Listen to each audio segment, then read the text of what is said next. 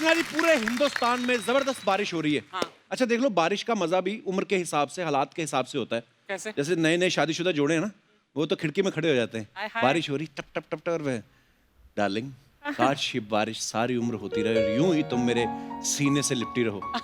और दूसरी तरफ बुजुर्ग आते हैं ना बाहर से, बेड़ा गर्क, कीचड़ कीचड़ कर दिया, कुत्ते की तरह बारिश हो रही है। हालात बदल जाते हैं इंसान को, क्योंकि बारिश अच्छी नहीं लगती। बुढ़ापे में क्या करेगा बारिश, क्योंकि हालात के हिसाब से कहावतें भी बदल जाती हैं। देख लो आप, स्विट्जरलैंड में कहावत है कि अगर पहली बरसात के पहले दिन अगर आप किस करें तो आपकी जो लव लाइफ है बड़ी सक्सेसफुल होती है। हालात ऐसे हैं ना, सुंदर सुंदर पहाड़ हैं ये वो। अपना पांडे मेरे को पता क्या बोल रहा था, बोलता भाई पहली बरसात में नहा लो तो घमौरियां दूर हो जाती है। फर्क तो होता ही ना फिर स्विट्जरलैंड और जबलपुर में।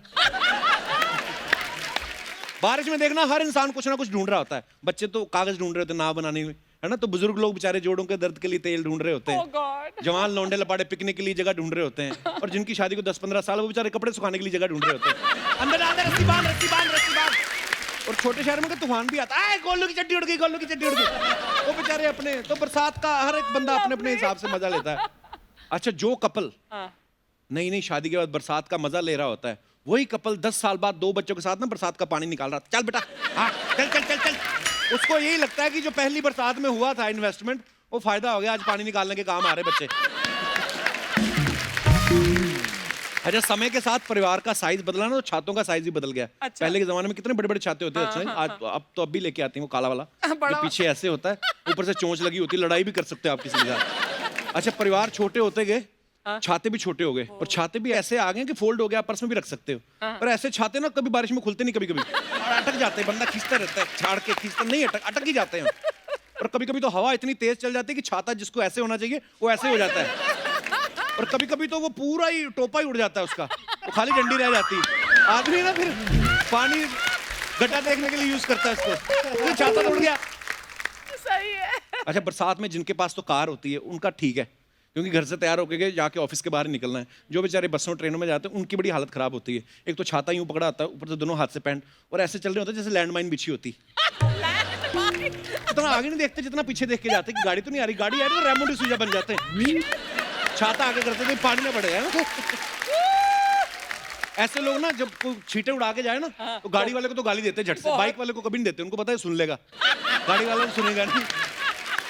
अच्छा, छोटे शहरों में आप देखना, बारिश होते ही ना उससे पहले तूफान आता है, तो लाइट बंद कर देते हैं ताकि किसी को झटका वटका न लग जाए। अच्छा, बरसात का रोमांटिक मौसम, ऊपर से अंधेरा, ऐसे में 2 तरह के लोग होते हैं।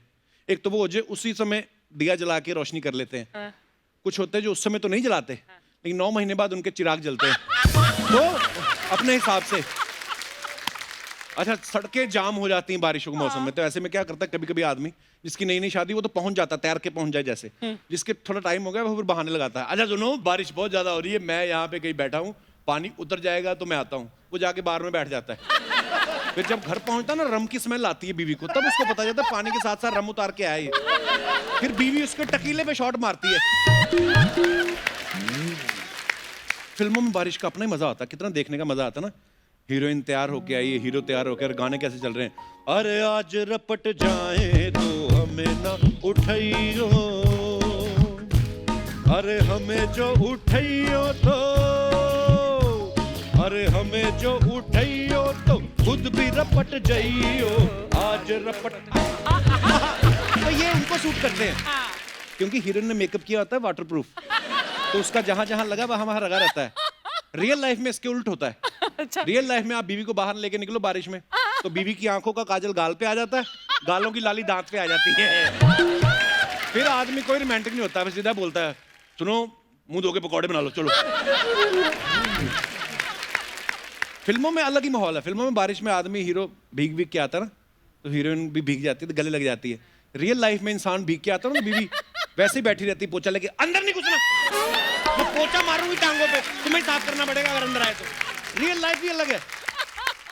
अच्छा, फिल्मी हीरो तो अच्छे भी दिखते हैं बरसात में, अपनी शर्ट वर्ट उतार देते हैं ना जैसे बारिश होती, क्योंकि उनके 6 पैक होते हैं, यहाँ पे पानी पड़ा यूं यूं करके 6 पैक पे ऐसे। हमारे जैसों का तोंद से सीधा नाभि में गिरता है, और नाभि से सीधा पैरों के आगे, तो हमें कहाँ मजा आएगा। पुरानी फिल्मों में एक सीन आपने अक्सर देखा होगा, हीरो हीरोइन तेज बारिश में सुनसान जगह फंस जाते हैं, उधर कोई होता भी नहीं उनके अलावा, सिर्फ एक लालटेन और कंबल पड़ा होता है। अच्छा, मैं ये सोचता हूँ कि जिस आदमी का वो घर है उसके पास लालटेन भी कंबल भी, फिर बाहर क्या करने गया? वो छोड़ के जाता है मौसम उनके लिए। आजकल तो केबल इंटरनेट का जमाना आ गया। पहले के टाइम पे जब अर्चना जी ब्लैक एंड व्हाइट टीवी होते थे, बारिश चलती थी तो एंटीना घूम जाता था। साथ साथ में फिल्म का सीन भी खराब हो जाता था। रीना रॉय जीतू जी के गले लग रही है, एंटीना घुमा, रंजीत के गले लग गई। फिर जीतू जी टेंशन में अरे यार ये बारिश ने तो सारा काम खराब कर दिया, हट यार। आज न्यूज वालों से इंस्पायर हो गया, आजकल हर आदमी बारिश आने पे रिपोर्टर बन जाता है। अपना फोन लेके ना बाहर आ जाते हैं और अपने सहूलियत के हिसाब से बनियान और तौलिए में आ जाते हैं। ए देखिए पानी का बहाव कितना तेज है, और देखिए पानी कमर तक पहुंचा हुआ है। कभी कभी बहाव में तौलिए में बह जाता है। फिर ये भगवान से दुआ करते हैं कि पानी कमर तक ही रहे। अगर नीचे होता ना तो फिर ऐसे घर जाते हैं ये इतने पानी में। अभी जयपुर में बड़ी तेज बारिश हुई तो एक आदमी मोबाइल लेके बाहर आ गया। देखिए पानी कितना तेज बह रहा है, लोगों का सामान बह रहा है, स्कूटर बह गया, ये देखिए ये किसी का आदमी बह रहा है। माँ ने आके गर्दन पे तेरा बाप है पकड़ उसको। पिछले दिनों मुंबई में तूफान आने की चेतावनी थी, तो रिपोर्टर पहुंच गए अपना अपना कैमरा लेके। तूफान आया ही नहीं। तो वो अगले दिन आया ना। तो लेकिन इनको तो न्यूज चलानी थी। एक्टिंग कर रहा है वो अर्चना जी, आपने देखा होगा न्यूज चैनल पे, खुद ही कर रहा है। बहुत तेज हवा है, मुझे उड़ा के ले जा रही है, जैसे कि आप देख सकते हैं। और पीछे एक आदमी उससे भी आधा खड़ा है, ऐसे देख रहा है। कौन सा चैनल भाई? वो चैनल वालों ने फिर उसको जितनी तेज हवा नहीं थी उससे तेज निकाला। कहते फटाफट निकलो, जहां हो वहीं से घर निकलो, हवा बड़ी तेज है, चलो। तो ड्रामे करते हैं। बारिश में जो लोग समोसे कचौरी की दुकान लगाते हैं ना, वो लोग अपना टेंट बड़ा कर लेते हैं थोड़ा। उनको पता बारिश होगी, लोग घुसेंगे। जैसे लोग आते हैं ना, समोसे निकालना शुरू कर देते हैं। अगर कोई नहीं खाता खुद ही बोलना शुरू, पीछे हटो भाई, समोसे खाने वालों को जगह दो। तो फिर कभी कभी आदमी ले भी लेता है। बारिश हो रही तो आदमी गर्म समोसा मुंह भी डाल लेता है। और जिस बेचारे ने 10 रुपए का समोसा लिया, टोटल जेब में 15 रुपए हैं, वो फिर समोसा बेकार नहीं जाने देता, गरम गरम मुंह में डाल ले।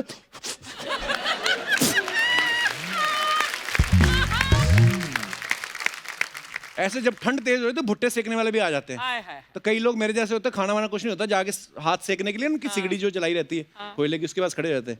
भुट्टा कितने का दिया भाई? ये वाला छोटा वाला। और ये बड़ा वाला कितने दिया? अच्छा। और ये वाला? तो लेता कुछ नहीं है। तो सिगड़ी वाला भी समझ आता है हाथ सेकने आया है। उसको जब गुस्सा आता है ना, वो अपना पंखा उठाता है, तो चिंगारियां उड़के जब धोती में लगती है ना, तब आदमी कहता है घर जाके चाय पियेंगे भाई। लड़कियां बारिश में भी पूरा फैशन कर लेती हैं। इनके पास अच्छे अच्छे डेकोरेटेड छाते होते हैं, बड़े बड़े बूट्स होते हैं, रंग बिरंगे रेनकोट होते हैं। कुछ तो ट्रांसपेरेंट पहनती हैं ताकि उनके अंदर जो डिजाइनर कपड़े वो दिख पाए। लड़के बेचारे इनको कुछ नहीं, कुछ भी पहन के ओढ़ के निकल लेते हैं। ये अपना दिनेश ना स्कूटर का कवर लेके निकल गया और ऐसे जा रहा है। बारिश हो गई तो एक जगह खड़ा है, पीछे से कुत्ता आया, उसको लगा स्कूटर है।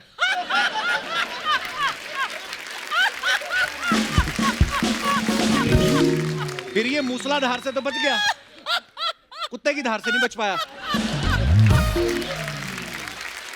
अर्चना जी, हमारी भारती ये बड़ा परेशान चल रही है आजकल। क्यों? पता नहीं, बोलती मेरी तो शादी हो गई है और पता नहीं क्या अपने मुंह से सुनाएगी। Please welcome Bharti Singh.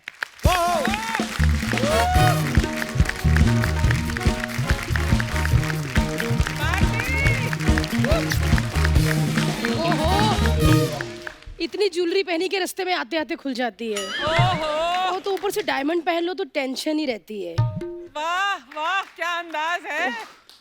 हाँ, कैसी है अर्चना जी आप? बिल्कुल बढ़िया। पहली औरत है शादी के इतने सालों बाद भी आप हंस रही हैं। अच्छा। क्योंकि आपकी शादी, आप पंजाबी हो, शादी पंजाबियों में हुई है। हाँ। मुझे पूछो।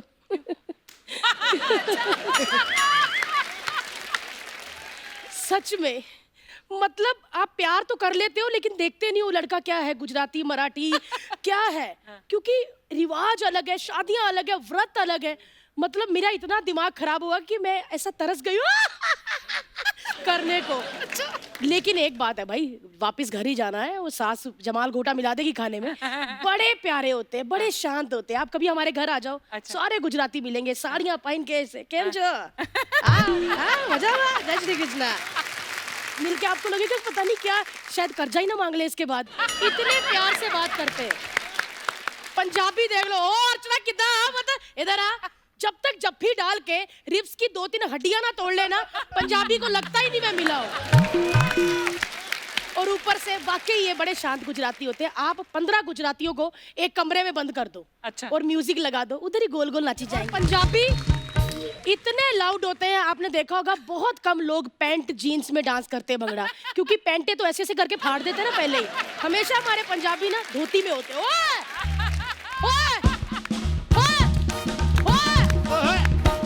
फिर नहीं पता चलता कि बेटे के मुंह पे लात जा रही है बाप के मुंह पे। गुजराती के साथ शादी करके मुझे समझ ही नहीं आ रहा अर्चना मैम कि मेरा प्रमोशन हुआ या डिमोशन। सच में हम पंजाबी होते हैं 80 तुस्सी 80 75 90। गुजरातियों के साथ शादी करके सीधा 6 पे आ गई हूँ। केम 6 मजामा 6 80 से सीधा 6 पे।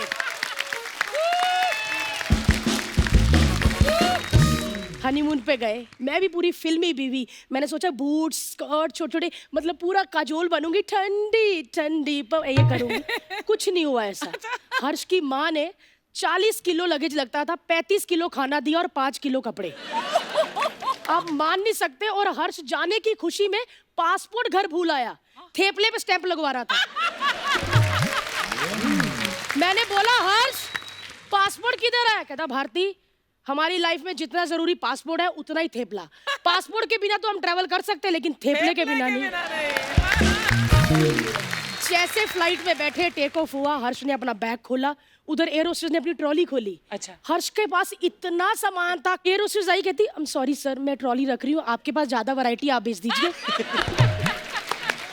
और ऊपर से सब सूखा खाते हैं। हाँ। खाखरा उंदियो जलेबी फाफड़ा। सो जैसे ही इतना सूखा खाते हैं, गैस कितनी हो जाती है।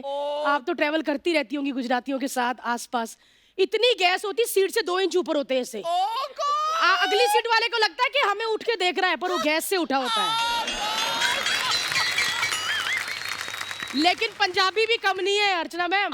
पता चल जाए इंटरनेशनल फ्लाइट है और फ्री की दारू है, तो 6 दिन पहले ही दारू बंद कर देते कि उत्थे जाके पीवांगे। फिर इतनी दारू पीते हैं इंटरनेशनल फ्लाइट में, इतनी दारू पीते हैं कि पायलट अनाउंस कर रहा होता है कि इस वक्त आप 30,000 फुट की ऊंचाई पे उड़ रहे हैं और पंजाबी शराब पी के 50,000 ऊंचाई पे।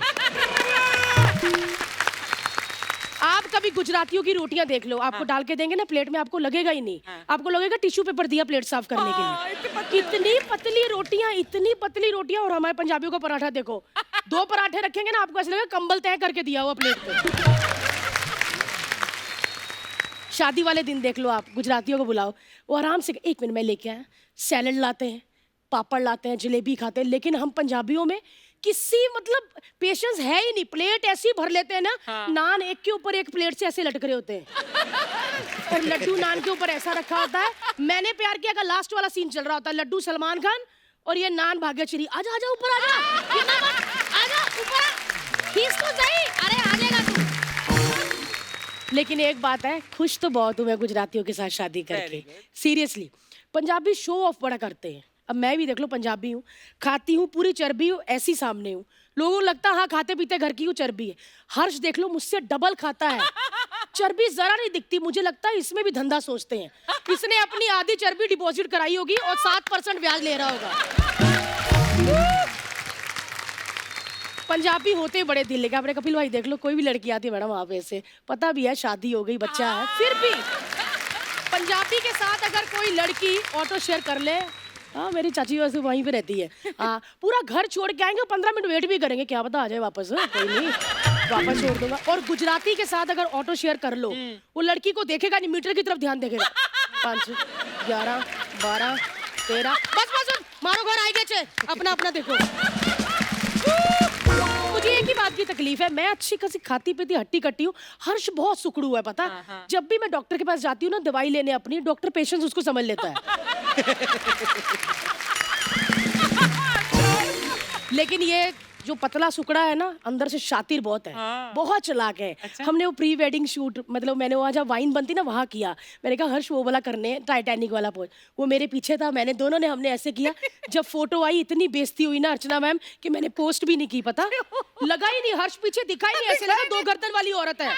लेकिन एक बात बोलूं, जब नई नई शादी हुई थी ना, 6 महीने तक उठ के ऐसे नस चेक करती थी कहीं दब के हाथ तो नहीं गया नीचे।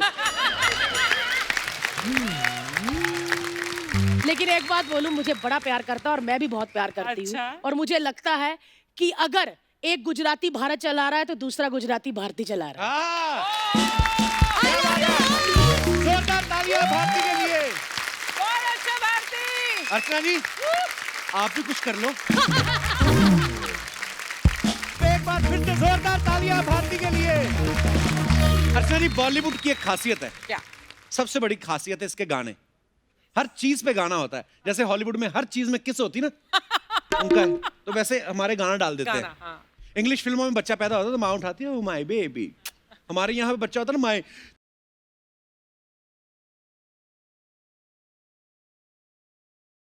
फिर आपके जैसा ही होगा और पड़ोसी पे जाएगा मतलब। और बच्चे बड़े हो जाए वो भी गाने लगते हैं। बच्चे भी गाने गा रहे हैं, सारे गाने गा रहे हैं। कितना खुशी वाला माहौल है। इंग्लिश फिल्मों में बच्चे गाना नहीं गाते, ना ही बापू गाते हैं। दोनों अपनी अपनी सेहत के हिसाब से किस कर रहे होते हैं। कहने का मतलब ये है कि गाने जो हैं हमारे बॉलीवुड की जान है, शान है, पहचान है।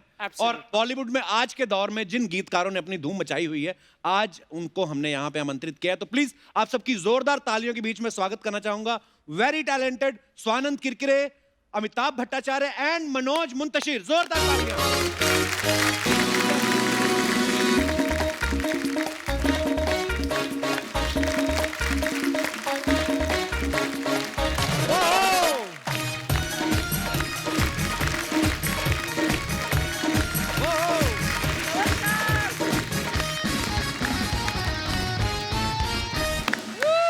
अमिताभ सर, मनोज जी, स्वानंद सर, बहुत बहुत स्वागत है आपका हमारे शो पे।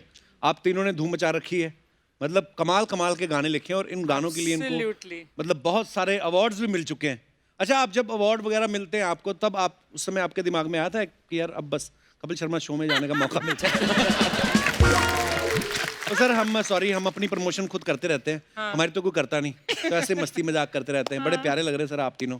आइए सर, बहुत बहुत स्वागत है, विराजमान हो जाइए। चले बैठे। कैसे है सर? बहुत अच्छे सर। कैसा चल रहा है लॉकडाउन पीरियड? बस सर बाल बढ़ रहे हैं और कुछ नहीं हो रहा। बाल बढ़ गए और वो बड़ी क्रिएटिविटी भी हुई होगी सर, 4 महीने से घर पे बैठे मतलब सब। हम लोग क्या है, वो वैसे वाले शायर नहीं है ना कि अपने लिए लिख रहे, तो कोई काम आए तो लिखते हैं हम तो। अच्छा, वैसे नहीं लिखते? काम तो आया नहीं। वो कोई बोले तो लिखते हैं, अदरवाइज क्यों है? सर आप भी ऐसे हैं अमिताभ सर? हाँ। और मैं तो खासकर अच्छा, क्योंकि जब तक धुन नहीं होती मैं लिख नहीं पाता। अच्छा, और मनोज जी आप? हाँ, जब तक वो सिक्कों की धुन नहीं आती खनकने की, तब तक लिखा नहीं जाता। जो कि वैसे हमको बहुत नहीं मिलते। सिक्के बोला मैंने इसलिए।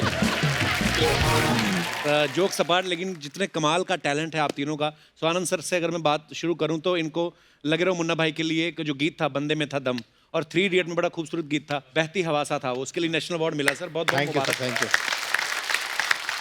और उसके बाद मराठी फिल्म चुंबक में उनको बेस्ट सपोर्टिंग एक्टर के लिए नेशनल अवार्ड मिला। वाह, थैंक यू। तो आपको किसी ने बताया नहीं सर बिना नेशनल अवार्ड के भी आ सकते हैं यहाँ? आप इतनी मेहनत करते रहे। तो लेकिन मैं एक बात बताऊं, मुझे पता था कि अगर आप वो सवाल पूछोगे ना कि आपका मन नहीं था कभी, मेरा एक्चुअली बड़ा मन था कपिल शर्मा शो में आने का। अरे सर, हमारा सौभाग्य। और मुझे ना प्रमोशन के लिए नहीं आना था। अच्छा, मुझे आना था कि मतलब ऐसे बातचीत करने के लिए, तो वो एक ख्वाहिश पूरी हो गई है। अरे क्या बात है sir. Thank you. Anand sir, जैसे अभी मैं आपको बोलूंगी अर्चना जी पे 2 लाइनें लिखनी है। हाय हाय लिख दीजिए। अरे प्रेम रस की कविता आती दिमाग के, वीर रस की कविता क्या आता है उनको देख के दिमाग में? अर्चना जी की हंसी पे कुर्बान, जो हंसी जो गूंजती है ना, वाह वाह वाह वाह। थैंक मतलब यू आनंद। अर्चना जी से जुड़ा एक गाना भी जहन में आता है। कौन सा? देखो देखो ये है जलवा। देखो देखो ये जलवा। वो तो बहुत पुराना है। कुछ खास बदला नहीं अर्चना जी ऐसा। एवरग्रीन। आप कर लो बातें, मैं चला जाऊं। ये तो डायरेक्ट ही हो गए हमारे जज के साथ। हम जो मर्जी कहें अपनी जज को, लेकिन हम किसी को नहीं ज्यादा फ्लर्ट करने देते। और मैं आपको सच बताऊं, ये जो पीपी किट पहनी हुई ना, ये परमीत सेठी बैठे हुए हैं।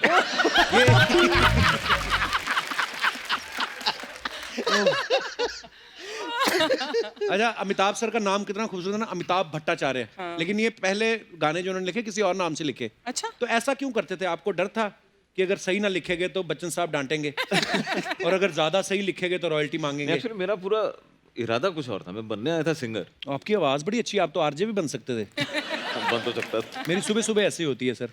तो सोचिए मेरी सुबह क्या होती होगी।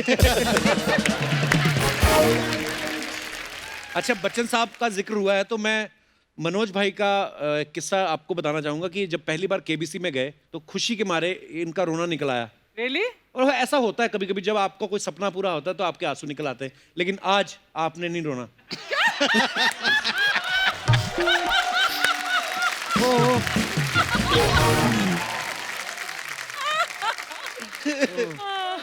देखिए, आज तो वाकई खुशी के मेरे आंसू निकल रहे हैं और इस खुशी की वजह एक है कि इतने दिनों से पूरा देश इंतजार कर रहा था कि अच्छे दिन आएंगे, अच्छे दिन आएंगे। कपिल शर्मा के शो पे डायरेक्ट सतयुग आ गया, राइटर बुलाए गए आज। अच्छा सर, तीनों से सवाल है। ऐसे नॉर्मली कहा जाता ना कि जब किसी के दिल पे चोट लगती है तो वो शायर बनता है, ये कितनी सच्चाई है सर? आज आप पर्दाफाश कर ही दो इस बात। मुझे तो लगा था शायर बनने के बाद दिलों पे चोट लगती है। अच्छा। तो उल्टा होता है मतलब मेरे हिसाब से। अच्छा, ऐसा भी होता है कि कुछ लोगों के दिल पे चोट लगती रहती है, मतलब मेरे जैसा कभी वो सिलसिला खत्म ही नहीं हुआ कि एक लगती बार रहती है। हाँ, मतलब लगी जाती है, सुबह से शाम तक 2-4 बार लग जाती है। अभी यहाँ आते हुए गार्गी को देखा तब भी लग गई।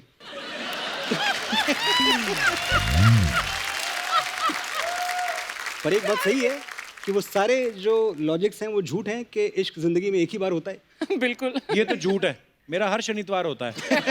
मतलब हमारे कोई ना कोई हीरोइन आती हैं, बीच में एक शनिवार निकल भी जाता है, जैसे आप जैसे दोस्त आ। स्वानंद नाम का ही मतलब बड़ा अच्छा है, खुद का आनंद में रहने वाला। तो इसीलिए आपने शादी नहीं की, खुद का आनंद ले रहे हैं। स्वानंद।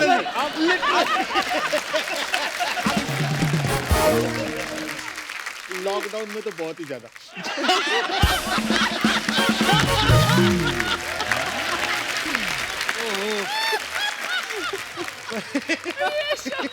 पर जैसे मनोज भाई कह रहे कि ऐसे अक्सर ही दिल पे चोट लगी जाती किसी को देख के। अब तो चलो लॉकडाउन चल रहा है, पहले तो घर से बाहर निकलते ही थे आप। आपको देख के किसी के घंटी बजती नहीं आपके अंदर कोई? नहीं, मेरे बजती है सर, उसके बजनी जरूरी होती है। मेरे बहुत बजती है।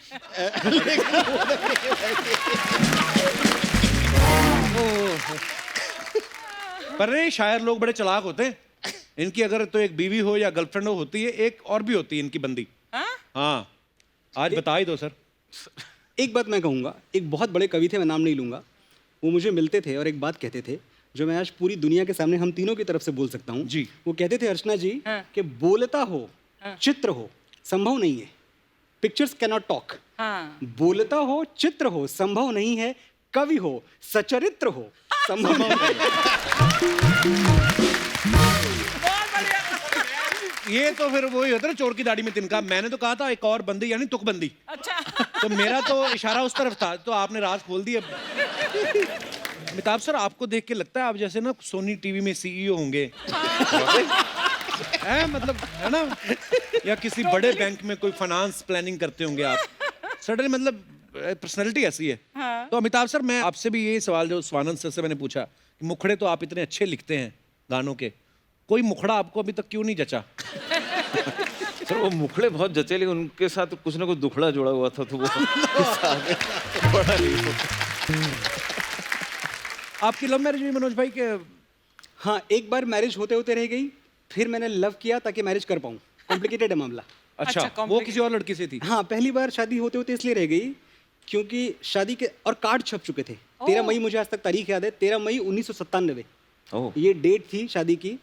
और तकरीबन अप्रैल एंड की बात है। अच्छा जी। लड़की का जो भाई था वो मुझसे मिलने आया और बड़े प्यार से, जीजा जी इसके बाद क्या करेंगे, जीजा जी कौन सा इंजीनियरिंग देंगे, कौन सा मोतीलाल नेहरू टेक्नोलॉजी में जाएंगे।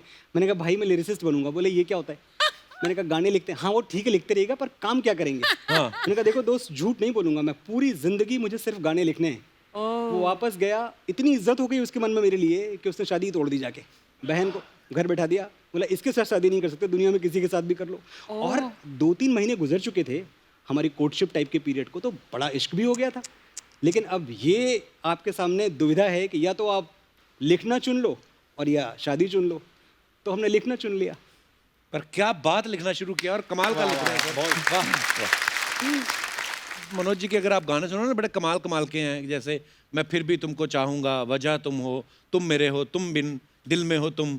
तो ये सब जब गाने आप मनोज जी लिखते हैं तो आपके दिमाग में हीरोइन होती है जो फिल्म में है, कि अपनी बीवी को ध्यान में रख के लिखते हैं? इसका जवाब हम देंगे और कुछ ऐसे देंगे कि लाखों हैं जिन्हें देख के दिल भरता है आहें। वाह ये हमसे ना होगा कि किसी एक को चाहें। वाह, क्या बात। कहीं हम बिछड़े हुए भाई तो नहीं? 2, 4, 6 या 10 की ये तादाद नहीं है, कितने हैं मिटे हम पे हमें याद नहीं है। हाय हाय जियो। वाह। इसीलिए तो शायर है और हम लिरिसिस्ट हैं। और वैसे वाइफ तो कहती होंगी भाई लोगों के लिए इतना अच्छा अच्छा लिखते हो, मेरे लिए भी 4 लाइनें लिखो। कभी नहीं कहती। वो जानती है जिनके लिए लिखा है सब झूठ है, तो वो कहती दो सच्ची बातें कर दो यहाँ बैठ के, मतलब गाने वाने मत सुनाओ मुझे। और ऊपर से उनको आपका वो भी पता है कि यार ये कुछ भी काम लिखने को बोलेंगे पैसे मांग लेंगे। अच्छी बात है, वो जरूरी है पहले। करेक्ट, वो सेट है।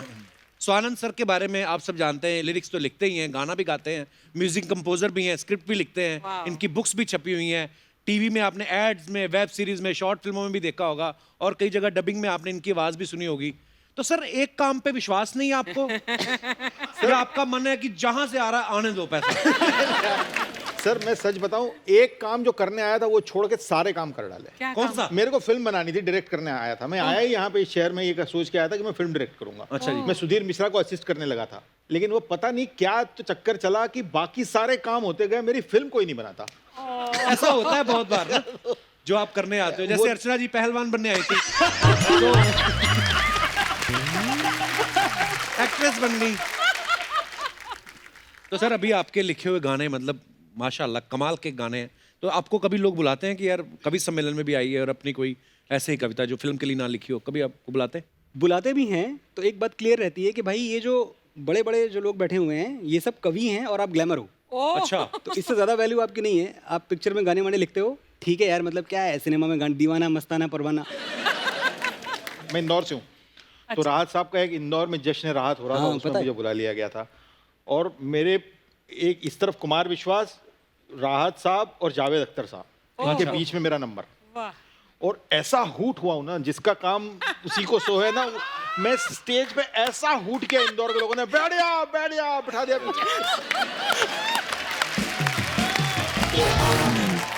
इतना मतलब ह्यूमिलेट हुआ मैंने कहा अब नहीं आऊंगा, अब नहीं आऊंगा। ये तो फिर भी हिम्मत करके गए, मैं गया ही नहीं मतलब। पर मैंने सुना है कि आप लखनऊ से पहले सिंगर बनने ही आए थे। जी, बिल्कुल। पर सर जब आप लखनऊ में वो सब प्रोग्राम्स करते थे, म्यूजिकल शोज और ये सब, तो वहाँ पे तो पार्टियों में तो पी के आए रहते हैं लोग, हथियार एक लेके। बार हुआ भी था, वो गन वन लेके आ गए थे और हम लोग को जिस गाने की फरमाइश आई थी वो तैयार नहीं था, तो वो नाराज हो गए। अच्छा। तो आके उन्होंने कीबोर्ड वाले को बंदूक लगा दी। अब तुम लोग बजा के जाओगे, मैंने जाने नहीं देंगे तुम। डर के मारे बचता भी नहीं है। ना अंदाजे में कुछ भी कैसा करके बजा के फिर वहां से निकले हम लोग। मेरा अमिताभ के साथ एक ऐसे ही किस्सा है। मतलब किस्सा मतलब ये है कि मैंने नाम सुना है, लिरिक राइटर आया है अमिताभ भट्टाचार्य। मैंने कहा यार अमिताभ भट्टाचार्य कहाँ से आया है ये? मैं ऐसा मतलब मैं ढूंढ रहा हूँ कि कौन है अमिताभ भट्टाचार्य, कौन होगा यार ये? और इतने अच्छे देवड़ी के गाने लिखे हुए, आमिर के गाने, उड़ान के गाने, और एक से एक गाने लिखे हुए। मैं कौन है ये बंदा, कौन है बंदा? तो एक अवार्ड शो में मैं देखा तो एक ये खड़ा हुआ था वहाँ पे। मैंने इसको देखा, इसने मुझे हेलो कहा। मैंने कहा भाई क्या हाल है? ये कोरस गाने आता था। अच्छा। तो मैं कह रहा हूँ अच्छा अवार्ड किसको मिल रहा है? अमिताभ भट्टाचार्य को मिलेगा। ये धीरे से कह रहा था मैं ही हूँ। अब मैंने तू है। पर मैंने बात गलत नहीं कही थी कि पर्सनालिटी जो है वो बिल्कुल ही अलग है, डिफरेंट है देखने। वो सीईओ वाली बात ठीक ही है। मतलब मुझे पता नहीं क्यों लगता है मैंने आपको अगर कागज दे दूं तो आप कोरोना की वैक्सीन भी लिख देंगे। सर आपके मुंह में घी शक्कर, काश ऐसा हो सकता। आवाज आपकी बेस इतना है ना मजेदार कि आप लिख देंगे तो लोग मान भी जाएंगे। So you just take it in afternoon after dinner। Manoj भाई जब आपको बाहुबली 2 का काम मिला, जब आपने उसको ट्रांसलेट भी किया और उसके गाने भी लिखे, उसके डायलॉग्स भी लिखे, तब आपको खुशी मेन किस बात की थी कि मुझे बाहुबली जैसी बड़ी पिक्चर मिली है, या इस बात की खुशी थी कि अब मेरे को सबसे पहले पता चलेगा कि कटप्पा ने बाहुबली को क्यों मारा? पर एक्चुअली जिन लोगों को पता था कि मैं बाहुबली के डायलॉग्स लिख रहा हूँ, सवाल लोगों के बदल गए थे। आमतौर पे आप दोस्तों से मिलते हो, आप स्वानंद भाई से मिले, स्वानंद भाई पूछेंगे हाँ मनोज क्या चल रहा है, कैसा चल रहा है, हाँ। क्या चल रहा है, कैसा चल रहा है, आउट ऑफ द विंडो। अरे मनोज अरे कटप्पा ने बाहुबली को क्यों मारा? एक्चुअली होने लगा था। मेरी माँ जो दिन में 3 बार पूछती थी बेटा खाना खाया क्या, फोन करके बेटा कटप्पा ने बाहुबली को क्यों मारा। सब कुछ बदल गया। एक चीज अच्छी भी हुई थी कि बीवी अगर रात में 12-1 बजे के बाद घर पे आओ तो वो डपट के पूछती थी ना कहाँ थे, तो पूछने लगी थी अरे ये बताओ कटप्पा ने बाहुबली को क्यों मारा। अर्चना जी ने भी ऑडिशन दिया था बाहुबली के लिए। वो सबसे वो जो खूबसूरत लेडी होती शिवगामी देवी, शिवगामी, हाँ। उसके सेवक कटप्पा के लिए।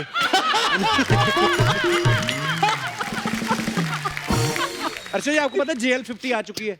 हाँ? ये कोई जवानी बरकरार रखने वाली दवाई नहीं है, ये एक वेब सीरीज है, सोनी लिव पे आ चुकी है। आप कृपया जरूर देखें। अच्छा ठीक है। सर ऐसा कभी हुआ है कि आपने कोई गाना लिखा और फिल्म की सिचुएशन के हिसाब से नहीं जा रहा हो और आपने इनको बोला हो या इनको बोला कि तू अपना दे दे, मैं उधर चला लेता हूँ, तुम मेरा वाला चला लेना, ऐसा कभी आप करते हो?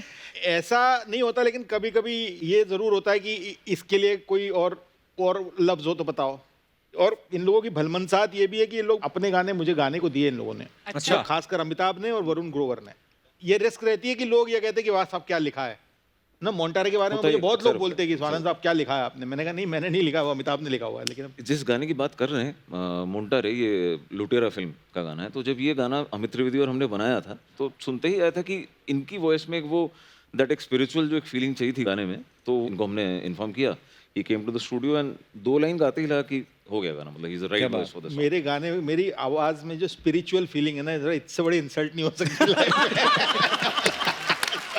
क्यों? स्पिरिचुअली गाने मिल रहे हैं, जिंदगी स्पिरिचुअल हो रखी है। तो आनंद सर एक हो जाए फिर। हाँ। तो मोंटारे अमिताभ की गाएगा। हाँ मैं साथ दूंगा ना आपका, बिल्कुल, आइए आइए। मनोज मैं एहसान करूंगा, साथ नहीं दूंगा। बहुत बढ़िया, बहुत बात है। खूब, बहुत खूब। Thank you sir, thank you, शुक्रिया। Thank you. पर सर जैसे आप कह रहे थे ना कि अमिताभ सर को स्पिरिचुअलिटी दिखती है आपकी आवाज में, पर वो हाँ मेरे को स्पिरिचुअलिटी का तो पता नहीं कि उसको सही शब्द है कि नहीं, लेकिन हाँ देसीपना बड़ा है आपकी आवाज में, देसी, रॉ। हाँ। पर दोनों अर्दी एक वो है, हाँ, बिल्कुल करेक्ट। वो आरती का ही ये चल रहा है, खारे सर। मनोज भाई एक बात बताइए, जब आपको कोई रोमांटिक गाना लिखने के लिए प्रोड्यूसर बोलता है तो आप उनको ये डिमांड रखते हो कि मुझे कहीं पहाड़ों में भेज दो, स्विट्जरलैंड में, मेरे वो लिरिक्स जो है वो माहौल देख के आते हैं, या ऐसा होता है कभी? डिमांड रखते हो नहीं, आप? मतलब हम तो डिमांड रखते ही हैं। हाँ। लेकिन और फिर प्रोड्यूसर के चेहरे पे लिखा होता है कि बेटा स्विट्जरलैंड छोड़ सोनीपत नहीं भेजूंगा तुझे मैं। तो फिर आप कैसे इमेजिन करते हो पहाड़ वगैरह? नहीं तो क्या, फिर हम पूछते हैं कि सर पैसे कितने दोगे। तो अच्छा। अगर लगता है कि हाँ पैसे अर्चना जी ठीक ठाक हैं, तो फिर हम लोखंडवाला में कोई बिल्डिंग जो ऊंची सी होती है उसको देख के इमेजिन करते हैं कि ये हिमालय है, एवरेस्ट है, और उसके पीछे जो नाला बहता है उसको हम झील समझ लेते इतनी हैं। नॉलेज मत दो इनको, अभी किसी फिल्म में आप देखोगे ऐसे लिरिक्स भी आई हुई है, आपको पता नहीं है। नहीं आज कपिल, मैं हमारे लिख पाती। कोई इनसिक्योरिटी वाला मामला नहीं है। इनफैक्ट मैं बताऊं, कुछ दिनों पहले एक प्रोड्यूसर, बड़े प्रोड्यूसर मेरे पास आए और कहने लगे आपसे गाने लिखवाने में। बड़ा खुश हुआ। मैंने कहा भाई बड़ा प्रोड्यूसर है, गाने लिखवाने आया है। बड़े प्यार से मैंने चाय वाय पिलाई और मैंने कहा बहुत अच्छा है, आपने मुझे कंसिडर किया। नहीं हम तो स्वानंद किरकिरे से लिखवा रहे थे। अरे तो उन्होंने बोला कि आप ये वाला गाना ज़्यादा अच्छा लिखोगे, तो आपके पास भेज दिया। हाय, how अब मैं sweet बड़ा है। खुश हुआ। अरे। पूरी नहीं हुई कहानी, स्वीट नहीं है मामला, ये 56 छुरी है मामला आगे। तो मैंने कहा अच्छा यार स्वानंद भाई, मतलब ये तो कमाल की बात है। फिर मेरे दिमाग में एक सवाल आया, मैंने कहा बजट कितना है आपका? बोले बजट ज़्यादा है नहीं। मैंने कहा इसलिए मेरे पास पर हम लोग कभी कभी गाने सुनते हैं, गाने सुनने में मजेदार लगते हैं हमें, उनके पीछे की स्टोरीज जो होती हैं वो बड़ी मजेदार होती हैं। जैसे ए दिल है मुश्किल, इतना ब्यूटीफुल सॉन्ग है, अमिताभ सर ने लिखा है, लेकिन ये उसके पीछे की हमने कुछ स्टोरी सुनी है कि वो गाना जब आप सुनाने जा रहे थे करण जौहर को, आपके पास रेडी था ही नहीं वो। नहीं मतलब वो प्रीतम दा के साथ अक्सर क्या है कि वो जैसे अगर शाम को 6 बजे मीटिंग है तो कभी कभी वो 5 बजे भी धुन देते हैं कि इस पे लिख दे, ऐसा था। अच्छा। तो हमारी मीटिंग थी और धर्मा प्रोडक्शंस का ऑफिस उस टाइम खार में हुआ करता था, अब तो खैर, अंधेरी में है। एंड इनका जो सिटिंग रूम ऑफिस स्टूडियो है वो ओशीवरा में है। तो मैं सुबह से बोल रहा हूँ कि दादा आज शाम को प्रेजेंटेशन करना है, आप धुन दे दो, मैं कुछ तो डमी ही लिख लूँ, रफ लिख लूँ। तो उन्होंने एन मौके पे नहीं दे रहा हूँ, मैं कुछ बना रहा हूँ, मैं कुछ सोच रहा हूँ करके फाइनली मीटिंग 6 बजे ऐसा कुछ, और हम 5 बजे जब वहाँ से निकल रहे हैं गाड़ी में बैठ रहे तब उन्होंने धुन दी। तो मैंने, और वो टाइटल सॉन्ग फिल्म का जिसका मुझे ब्रीफ दिया गया था कि उनकी शिद्दत होनी चाहिए इसमें, बड़ा वो ना, मैं कैसे लिखूँ। तो वही ओशीवरा से खार तक जाते जाते उनकी गाड़ी के पीछे सीट में बैठा और जो आता गया लिखता गया, मतलब ये एक फ्लो में आया इत्तेफाक से, मतलब My ऊपर वाले की God, मेहरबानी that से, और is वही जाके सुना है और वैसा ही वैसा वो अप्रूव हो गया। अगर गाड़ी लोनावला तक ले जाते आप तो फिल्म लिख देते हाँ, मतलब ओशीवारा से वहां तक जाते जाते। क्या बात है यार, वेरी नाइस। सर हो जाए 2 लाइनें अमिताभ सर आपकी आवाज में, जिन्होंने ये लिखा है, जो रचयिता हैं गीत के। क्या बात है यार। Amitabh, this is my favourite. बहुत ही ब्यूटीफुल सॉन्ग है, बहुत ही ब्यूटीफुल सॉन्ग है एक्चुअली। अच्छा सर, आपके साथ कभी ऐसा हुआ कि पेमेंट नहीं, आपने बोला कि यार मेरी उंगली में दर्द है या मेरा लैपटॉप नहीं चल रहा है या मेरी स्याही खत्म हो गई है, ऐसा कभी बहाना लगाते हो आप? मोटिवेशन तो चाहिए होता है ना बंदे को। हाँ, लेकिन अब हम तो बड़े मिडिल क्लास टाइप के राइटर है यार, ये सब मतलब ये हो जाता है कि चलो यार अब क्या नहीं है, ये कोई बात नहीं, दे देना यार, कब देगा बताएगा। तो कभी कभी ऐसा भी तो हो सकता है ना सर, कोई गाना आपका इतना बड़ा हिट हो गया तो यार दोस्त बड़ा होते बोले अरे तुमने कम पैसे ले लिए, ऐसा होता है? हाँ पिछली दिवाली की बात है, मेरा एक गाना आया, अच्छा। तो मुझे बड़े कुछ इसके जितने भी छोटे मोटे पैसे मिलने थे वो मिल गए। अब वो एक्टर का फ़ोन आया, यार गाना बड़ा अच्छा लग रहा है, अब पब्लिक बड़ा पसंद कर रही है और ये वो। मैं हाँ सर, बहुत थैंक यू सर। दिवाली आने वाली, एक काम करियो, तू ना घर का दरवाज़ा खोल के सोइयो, लक्ष्मी माता आएंगी। मैंने कहा सर एक काम करना, आप भी अपने घर का दरवाज़ा खोल के सोना, क्योंकि जब वो आपके यहाँ से निकलेंगी तो मेरे यहाँ आएंगी। लेकिन मेरा एक किस्सा है। मेरा एक दोस्त मेरे पास आया, वो मेरा बचपन का दोस्त है। कहने लगा एक गाने के तू कितने पैसे लेता है? हाँ। मैंने ना ऐसे डरते डरते, मैं समझ गया कहीं से बाहर है, तो मैंने डरते डरते ना थोड़े कम ही करके बता दिया। मैंने कहा इतने इतने पैसे लेता हूँ। कहता है यार इनजस्टिस है। मैंने कहा क्यों? कहते 6 तो लाइनें होती है, उसमें से 2 तो रिपीट ही होती रहती है।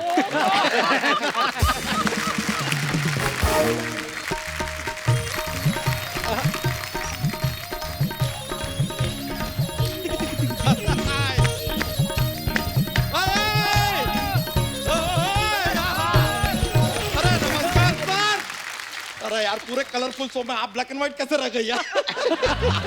अरे यार लेखक मित्र आए हैं हमारे सारे, क्या बात है। अमिताभ जी नमस्कार, मनोज जी नमस्कार, स्वानंद जी नमस्कार।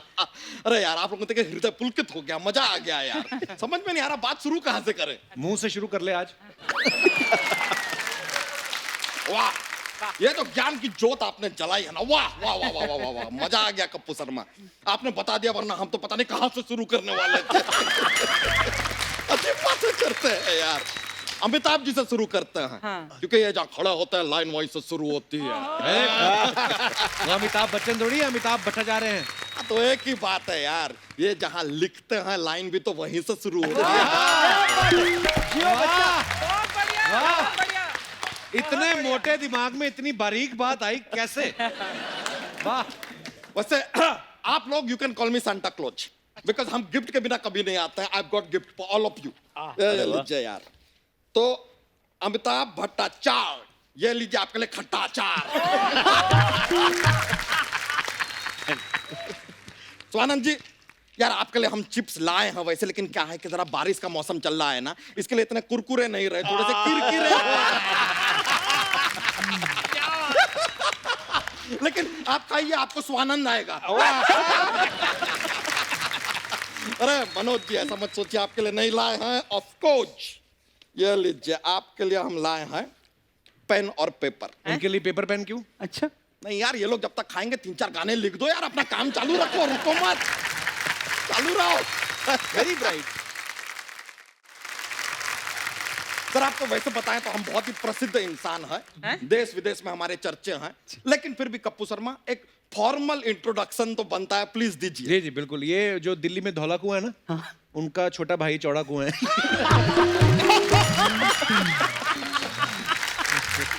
चलो यार यहाँ पर आप हाथ से विनोद करते हैं, अच्छा लगता है। आपकी इस बात को हम ताल देते हैं। अरे सर आप लोगों को क्या बताएं सर, आप लोगों की लेखनी का कीर्ति पताका पूरी दुनिया में शोभायमान है। ये ब्रो इतना तो पता ही नहीं था। हिंदी का स्तर देख रहे हो ब्रो, हिंदी का स्तर देख रहे हो आप, स्तर देख रहे हो। स्तर तो आपने देख लिया, कभी इसका बिस्तर देखना। उठ के जाता तो लगता ही नहीं यहाँ पे कोई आदमी सोया था ना, उल्का पिंड गिरा था, चला गया कहीं। ये बेड पे पड़ा रहता है, बेड आगे टेबल पे पड़ा रहता है, और टेबल दीवार से लगा रहता है कि कब उठेगा ये। यार किसी के बंद कमरे में झांकना बुरी बात है कप्पू शर्मा, ऐसा नहीं करना चाहिए। शर्म नहीं आती आपको? चल झूठे, तेरा कमरा तो बंद ही नहीं होता। हाँ, दरवाजे में तेरी नाभि फंस जाती है। कप्पू शर्मा अक्सर लोग कहते हैं कि इज्जत का सवाल है, इज्जत का सवाल। तो आप जरा पता कीजिए कि इज्जत का सवाल जो है, इस सवाल के कितने मार्क्स हैं, ठीक है? आपके पता कीजिए, तब तक हम जरा गेस्ट से बात कर लेते हैं। Excuse me. वैसे मनोज जी यार नॉर्मली देखा है कि जो राइटिंग होती है तो राइटर जो है हीरो के लिए लिखता है, लेकिन आपने एक विलन के लिए लिखा। नहीं लेकिन ये एक बात हम जानना चाहेंगे, आपने एक ही विलन के लिए क्यों लिखा? बाकी के विलन ने क्या आपका कागज कलम किडनैप कर लिया था? कि कागज को बांध के रखा है और कलम को कहा है कि नाचो। सर आप भी का गाना है। लेकिन सर एक और फिल्म है जिसमें आपने गाने लिखे थे, बत्ती गुल मीटर चालू है सर, वो अर्चना जी की फेवरेट फिल्म। कैसे? अच्छा, क्योंकि यहाँ पर एक मंत्री की बत्ती इन्होंने गुल की और खुद का मीटर चालू कर दिया। लेकिन अमिताभ जी आपको बताएं, सिद्धू जी यहाँ से जा रहे थे, आपके बहुत बड़े फैन हैं। अच्छा? जाते जाते आप ही का गाना गुनगुना रहे थे। कौन सा? चलता रहता है। लेकिन स्वानंद जी, फ्रैंकली आपको बताएं, अर्चना जी आपकी बहुत बड़ी फैन नहीं है। अगर होती तो ये आपका गाना जरूर गाती। नहीं गाया इन्होंने यार, इन्होंने तो प्यार से बाय बाय टाटा कर दिया उनको। अच्छा लेकिन कमाल का गाना है सर, हम 10 बार सुने, इतना मजा आता है ना वो गाना सुन के, कि आपको वो गाना सुन के ना किसी ने क्या खूब कहा है। क्या कहा है? हाँ तो बता तो दिया किसी ने क्या खूब कहा है, गाना सुना, कहा क्या खूब।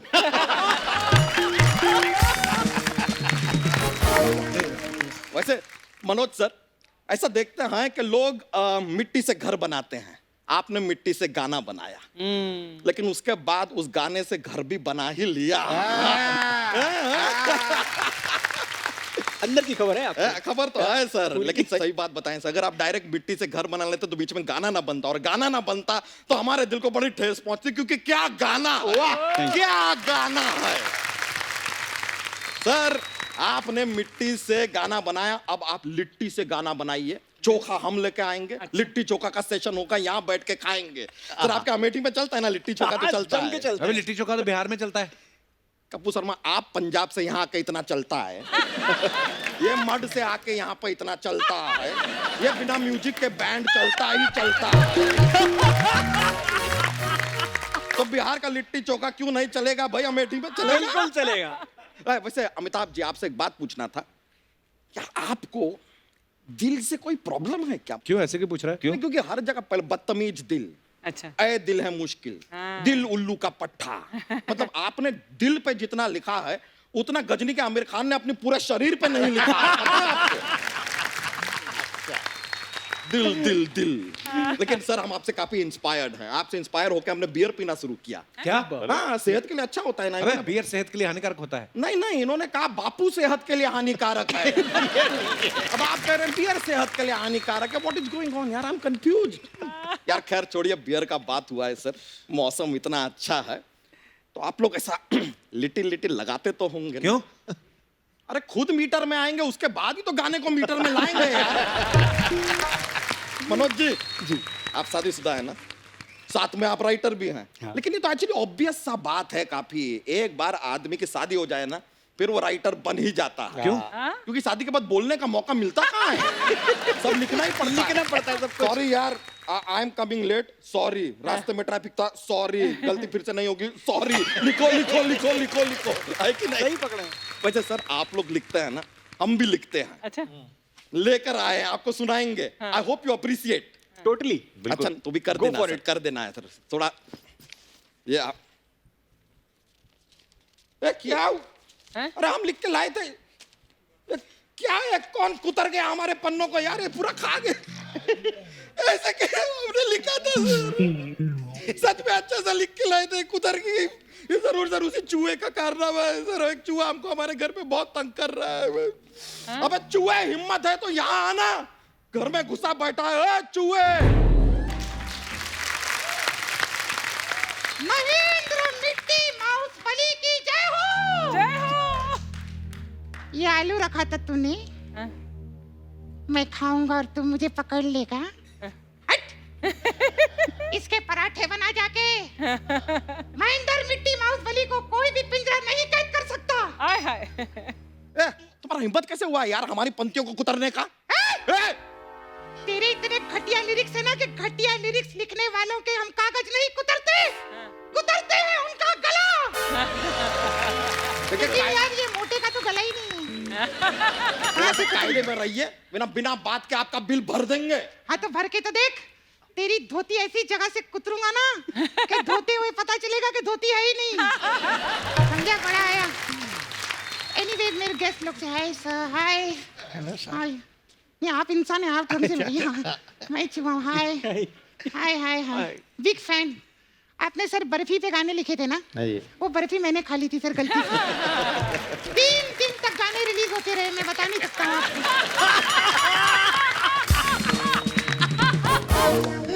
हाय, how are you sir? Good sir, thank you. घर में कोई कुत्ता बिल्ली होगी तो बताइएगा सर। क्यों?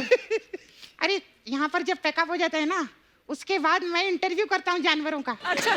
हाँ, बड़े बड़े जानवर लोग, अभी बहुत बड़े सेलिब्रिटी आए थे अपने, वो जैकी दादा है ना, उनका कुत्ता आया था इंटरव्यू के लिए। अच्छा। हाँ, लेकिन यार उसने बड़ा टॉर्चर किया यार। क्यों? बात बात पे बोलता है, बिड़ू मेरा बच्चा है तू, मेरा बच्चा है तू, मेरा बच्चा है तू। अब कुत्ते का बच्चा चूहा हो सकता है क्या? हाँ, एक बार के लिए चूहे का बच्चा कुत्ता हो सकता है। अभी जैसे मेरा बेटा है, 1 नंबर का कुत्ता है। और मनोज जी, मैं आपका बहुत बड़ा फैन हूँ। Thank you. तेरे को पता है कप्पू, हाँ। ये मनोज जी है ना, घर पे जाके मेरी एक्टिंग करते हैं। वो तेरी एक्टिंग क्यों करेंगे भी? अरे बीवी के सामने हर शादीशुदा आदमी चूहा बन जाता है। क्या दिल का दर्द निकाल के फेंका है, मजा आ गया। वाह। बीवी के सामने आदमी चूहा बन जाता है, हाँ, तो बीवी के सामने चूहा क्या बन जाता है? नहीं, बताओ बताओ बताओ, उत्तर दो। मैं चूहा हूँ, उत्तर नहीं कुत्तर दूंगा। समझा पुत्तर? मैं पुत्तर उत्तर भी बोल लेता हूँ एक्चुअली। मैं धर्म जी के फार्म हाउस पे वहाँ पर था 3 साल तक। लिटिल 3 साल मैंने नहीं गाजर मूली खाया मैंने, आपको क्या लगा वो लिटिल नहीं, वो तो पूरा खम्बा पी जाता हूँ मैं। यार, तुम हमारे गाने कुतर गए यार, बड़ा नुकसान हुआ है हमारा, पता है, भरो अब नुकसान। चलो कोई बात नहीं, झगड़ा नहीं करते, नुकसान हुआ है ना, हाँ, तू अपना बिल बना के दे दे, अच्छा। मैं उसमें रह लूंगा।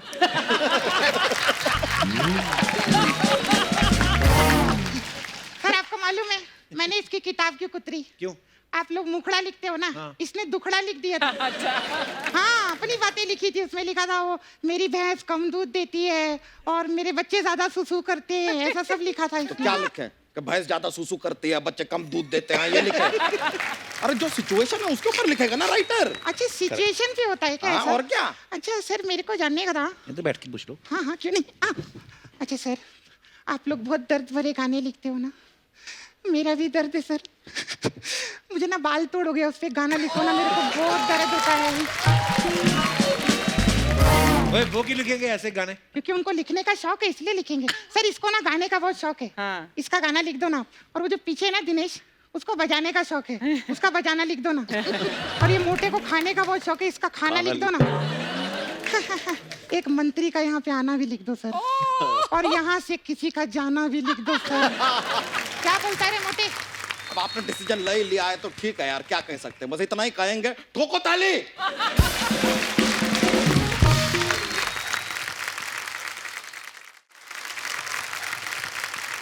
हाँ सर, आप लोग को भी लिखने का शौक है ना, तो मैं भी लिखता हूँ सर। सिचुएशन पे मैंने भी बहुत सारी चीजें लिखी हैं। अच्छा सर, एक सिचुएशन में लिरिक लिखा है।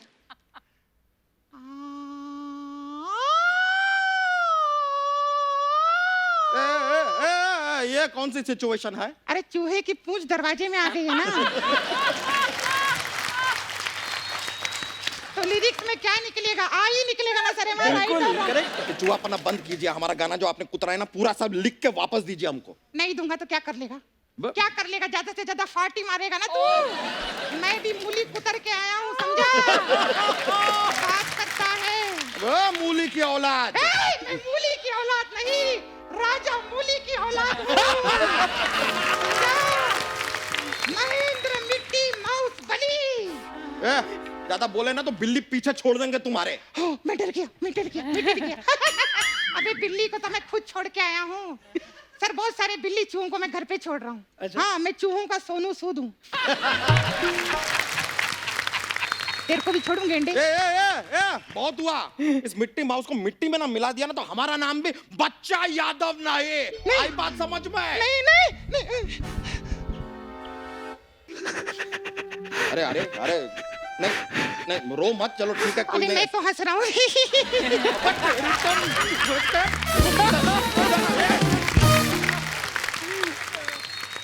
तो सर ये अफवाहें जो भी कोई आदमी पॉपुलर होता है उसके बारे में उड़ती रहती हैं। अच्छा। अब आपके बारे में कुछ अफवाहें आई हैं।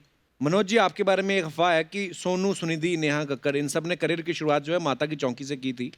तो अफवाह ये है कि आपने भी मुंबई आते ही शुरुआत भजन से ही की, इसलिए कि भगवान का नाम लेंगे तो जल्दी हिट हो जाएंगे। ये सच्चा है इस बात में? एक अफवाह ये। मैं अनूप जलोटा जी से मिल गया था क्योंकि अच्छा मैं जी। स्ट्रगल कर रहा था और कहीं कुछ मिल जाए। और ऐसे ऐसे दिन थे कि 3-3 4-4 दिन बगैर चाय पिए और बगैर समोसा खाए, बगैर खाना खाए निकल गया था। तो अब किसी ऐसे दिलदार आदमी के पास जाओ जिसके बारे में सुना हो कि यार आदमी दिलदार है।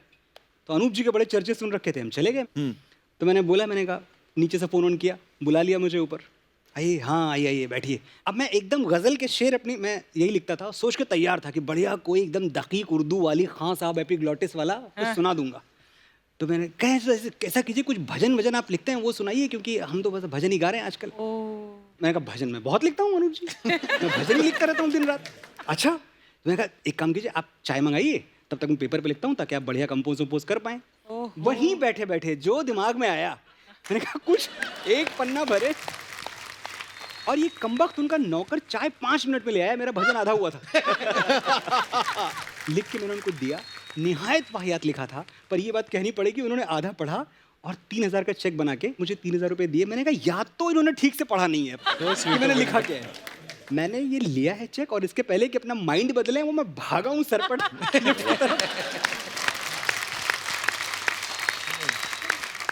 स्वानंद सर, आपके बारे में अफवाह है कि आप बेड पे फैल के सोते हैं, इसलिए आपने अभी तक शादी नहीं की, क्योंकि उसके बाद आपको आधा बेड सोने को मिलेगा। सर आधा बेड खाली हो तो फैल के सोना पड़ता है।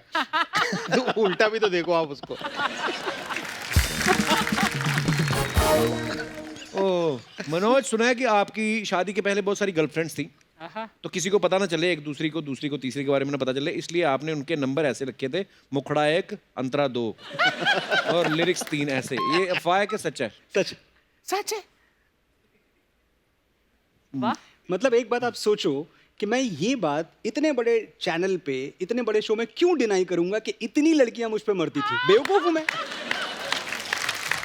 सही है। दूरदर्शी है बंदा, दूरदर्शी। वाह।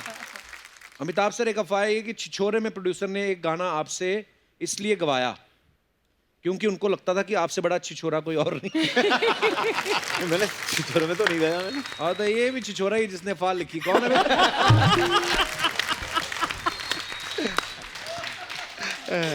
स्वानंद सर, आपके बारे में अफवाह है कि आपको टॉयलेट में बैठ के बड़े कमाल कमाल के आइडिया ये मेरे को लगा ही था, ये बहुत अफवाह फैली हुई है मेरे बारे में। अच्छा, कि मैं टॉयलेट में लिखता हूँ। उसकी एक छोटी सी कहानी है कि दरअसल क्या था कि मैं महाड़ा में रहता था, गोरेगांव में, एक कमरे में 3 लोग। अच्छा जी। 2 एक्टर है ना, दोनों दिन भर ना अपना डोले शोले से देखते रहते थे और इसी तरह की बातें करते रहते थे। लिखने कहाँ जाएगा आदमी।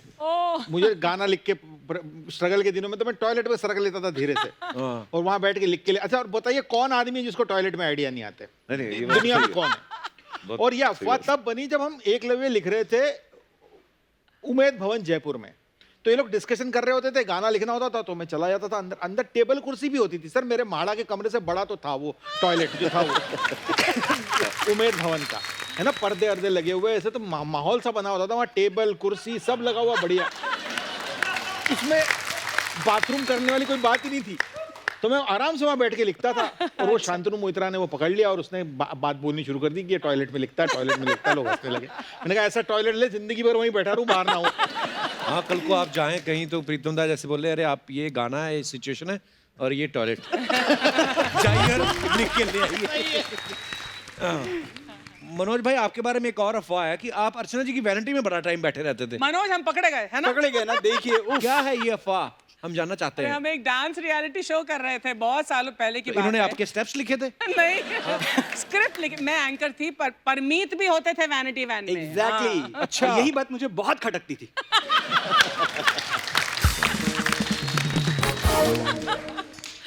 और ये यही हमारा सेम चैनल था, सोनी का, सोनी। झलक दिखला जा, सीजन 1 की बात हो रही है। अच्छा, Yeah. वाओ।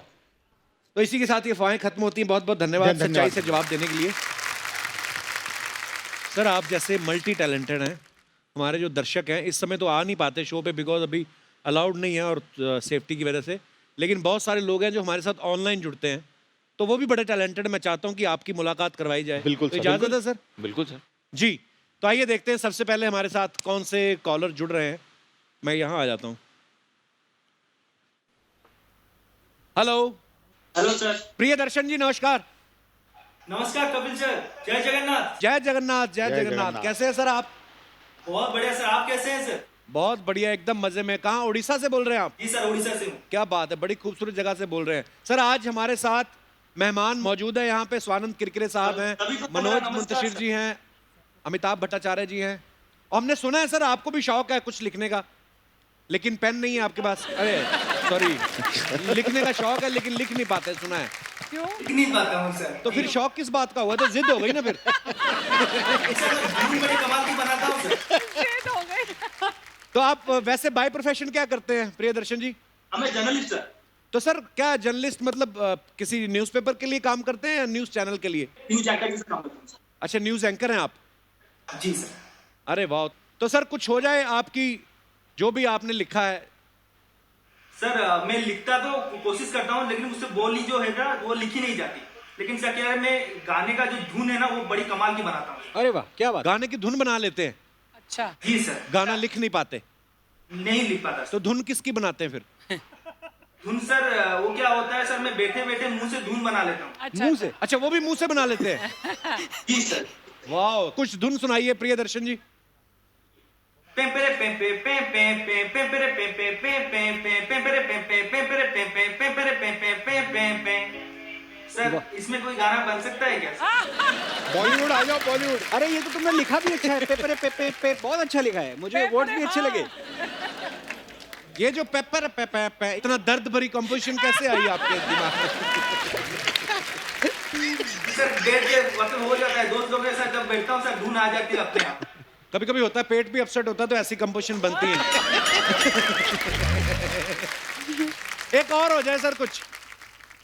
और एक ऐसा कुछ करके टन टन टन टन टन टन टन टन टन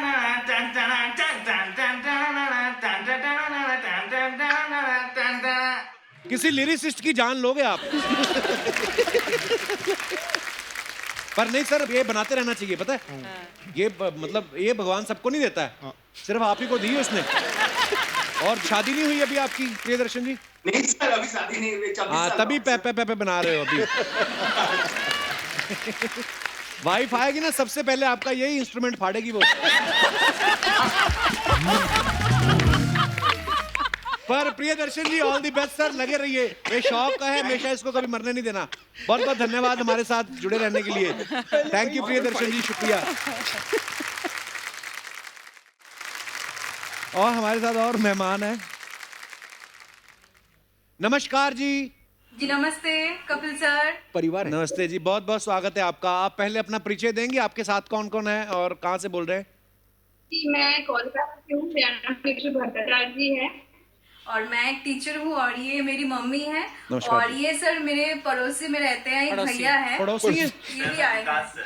ये क्या कर रहे हैं यहाँ पे? बहुत बहुत स्वागत है पड़ोसी जी। नाम तो रखा ही होगा कि नहीं? अभी रखा नहीं।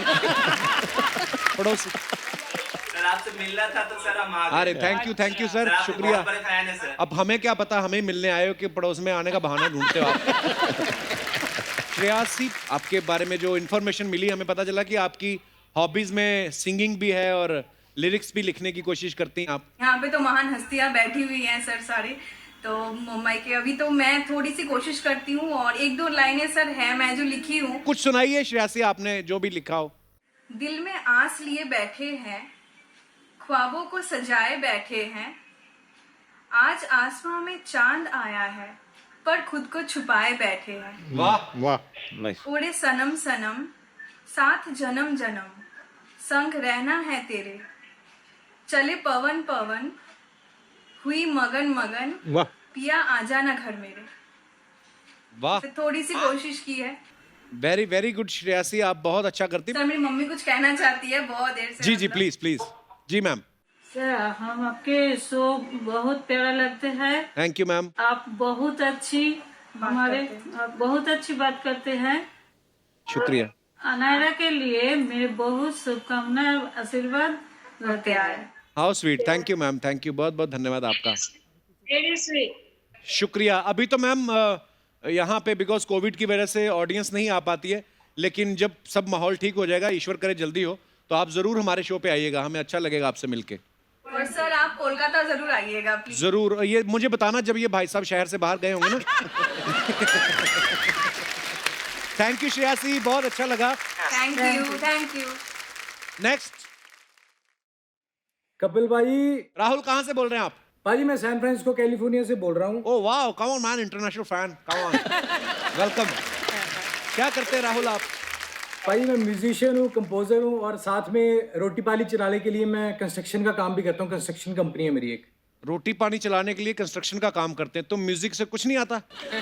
राहुल इस समय हमारे साथ हमारी फिल्म इंडस्ट्री के दिग्गज जो हैं वो लिरिसिस्ट हमारे साथ इस समय मौजूद हैं। फर्स्ट ऑफ ऑल सर, आप सबको मेरा प्रणाम आदाब और आप सबके lyrics, you know I love your work everything. And then also जो आपकी ये जो मुहिम है, क्रेडिट दे दो यार, वो सही बात की। उसको मैंने बहुत फॉलो किया है। And we all are, you know, we musicians, singers, composers, we all are with you. Thank you. Great Superb. Initiative. Thank you. Thank you. Thank you. Thank you. Thank you. Thank you sir. और अर्चना जी को मेरा क्या क्या आपका नमस्कार क्या? आदाब। अर्चना जी खबरदार बहुत हमारी खूबसूरत अर्चना लग जी रहे को हो। छेड़ा दो। छेड़ा। अर्चना जी बहुत खूबसूरत लग रहे हो आप as usual. Thank you so much, thank you. Rahul सुनाओ फिर कुछ आज। शैली पाजी, जो शैली जी हैं, पोइट हैं बॉलीवुड के, उन्होंने ये अरे गाना वाह, लिखा है। बिल्कुल दोस्त हैं तो हमारे। उनके मैंने कंपोज किया। I am the composer. भाई जरूर पंजाबी होगा। बहुत बढ़िया। Very good, very good. Rahul बहुत ही खूबसूरत है लिखा हुआ और बहुत ही खूबसूरत आपने गाया भी है। थैंक यू सो मच हमारे साथ ऑनलाइन जुड़ने के लिए और lots Thank of you, love भाई। Brother, best wishes. Thanks a lot. Thank you brother. Thank you भाई। Thank you. ये शैली बहुत अच्छा लिखा है शैली ने। बहुत अच्छा है, वाकई बड़ा अच्छा। गाया भी बहुत अच्छा, beautiful। गाया भी बहुत अच्छा, बहुत अच्छा। नेक्स्ट। नमस्कार जी। सबको नमस्कार। रशीला जी, सबसे पहले तो आपका बहुत बहुत स्वागत है हमारे शो पे। और जब मुझे आपके बारे में इंफॉर्मेशन मिला कि आप कितना नेक काम कर रही हैं, कितना ब्यूटीफुल काम कर रही हैं, और मुझे जान के बड़ी खुशी हुई। मैं अपने दर्शकों को बताना चाहता हूं कि इस समय हमारे साथ जो ऑनलाइन मौजूद हैं, रशीला जी हैं, ये गुजरात से हैं और ये वाइल्ड लाइफ ऑफिसर हैं गिर फॉरेस्ट में, और ये 1000 से ज़्यादा एनिमल्स को जो है रेस्क्यू कर चुकी हैं, जिसमें से 300 शेर, 500 चीते, 200 क्रोकोडाइल्स और पाइथॉन्स भी मैंने सुना है कि उनको भी आप रेस्क्यू करती हैं। वाह रशीला जी, बेजुबानों के लिए आप काम कर रही हैं और ऊपर वाला जो है वो उसके बदले में आपको बहुत सारी खुशियां देगा। तो रशीला जी, इस समय आप कहाँ पे? अपने घर पे आप? जी मैं अभी हमारे घर पे ही हूँ। रशीला जी, इस समय हमारे साथ हमारी इंडस्ट्री के दिग्गज लिरिसिस्ट जो है मौजूद हैं, आप देख पा रही हैं सबको? हाँ जी, हाँ जी। रशीला जी बताइए, आप कैसे करती हैं ये सब? आप पहले तो मैं 2007 से रेस्क्यू डिपार्टमेंट में ज्वाइन हुई हूँ। अच्छा जी। जब यहाँ पे नरेंद्र मोदी थे, 2007 में सीएम थे। अच्छा जी। तो उसने जब सोचा कि डिपार्टमेंट में पहले महिलाएं नहीं थी, तो उसको लगा कि महिलाएं वाइल्ड एनिमल के साथ, फॉरेस्ट के साथ कैसे काम कर सकती है। तो एक बार सोचा और अमलवारी करने के लिए उन्होंने ये भर्ती बाहर निकाली और उसमें फर्स्ट महिला जब हम रिक्रूट हुए जी, तो मैंने ये सोचा कि मैं डिपार्टमेंट में एक रेस्क्यू का वर्क करूं, जैसे कपिल कर रहे हैं कि दुनिया को हंसा के सबको खुशी दे रहे हैं, उसी प्रकार से हम एनिमल को बचा के उसको बहुत ही खूबसूरत काम कर रही हैं आप रशीला जी। ये जान के मुझे बड़ी खुशी हुई और हैरानी भी हुई कि आप गुजरात फॉरेस्ट डिपार्टमेंट में पहली महिला अधिकारी हैं आप। तो मैं 2007 में फॉरेस्ट गार्ड थी। 2008 में मैंने फॉरेस्टर यानी कि रेस्क्यू फॉरेस्टर तरीके अपना काम किया और 2019 में अभी मुझे प्रमोशन मिलके मैं रेंज फॉरेस्टर ऑफिसर बन गई। तो उसमें भी मैं सेंचुरी इंस्पेक्टर तरीके भी फर्स्ट महिला हूँ, रेस्क्यू फॉरेस्टर तरीके भी फर्स्ट महिला थी और डिपार्टमेंट में जैसे महिला की भर्ती हुई तब भी हम फर्स्ट महिला थी।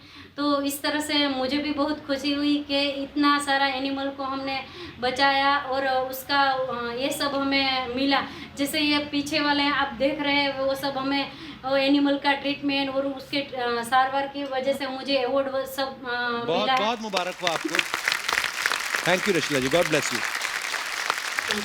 एक बार जोरदार तालियां हमारे तमाम दर्शकों के लिए जो हमारे साथ ऑनलाइन आके हमारे साथ बातें करते हैं, एंटरटेन करते हैं। एक बार जोरदार तालियां हमारे मेहमान कलाकारों के लिए। आइए sir. Swanand sir, thank you so much. Thank you Manoj भाई, अमिताभ सर, Thank you. बहुत बहुत धन्यवाद। आज बड़ा मजा आया आपसे बातें करके बहुत मजा आया। और आई एम श्योर कि हमारे दर्शकों ने भी बहुत मजा लिया होगा, क्योंकि गाने तो हम सब आपके सुनते ही, आपके फैन हैं, लेकिन जो पीछे के मजेदार किस्से थे वो सुन के बड़ा मजा आया। Thank you. और आप सब भी यूं ही हंसते रहिए, मुस्कुराते रहिए, आसपास सफाई बनाए रखें। गुड नाइट, शबा खैर। Thank you.